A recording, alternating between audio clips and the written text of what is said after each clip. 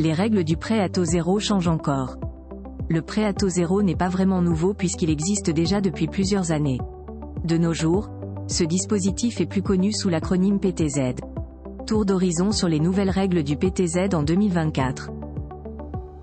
Zoom sur les nouvelles règles du PTZ en 2024. Depuis le mois d'avril 2024, le prêt à taux zéro a évolué dans l'objectif d'élargir la cible des bénéficiaires potentiels. Mais certains points restent inchangés. Le PTZ est toujours accessible aux futurs propriétaires.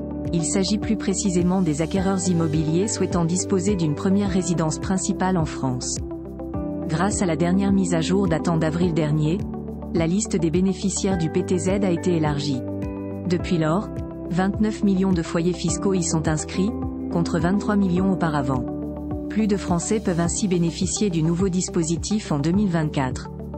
Parmi les principaux changements apportés au PTZ, il y a l'augmentation des plafonds de revenus des 2 premières tranches.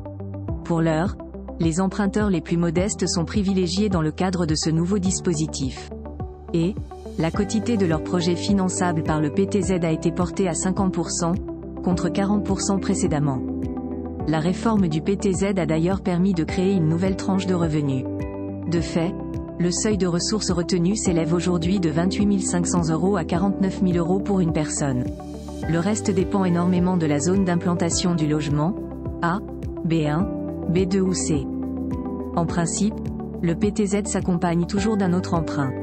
Citons, par exemple, l'éco-PTZ, le prêt à l'accession sociale ou PAS, le prêt d'épargne logement ou un crédit immobilier bancaire.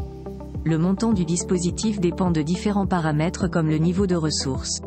Celui-ci peut ensuite être plafonné à 50%, 40% ou 20% du coût de l'opération totale. Voici d'autres points importants à retenir sur le PTZ. Il faut savoir que le montant du PTZ dépend également de la situation géographique du logement. À cela s'ajoute le nombre de personnes qui composent le foyer fiscal.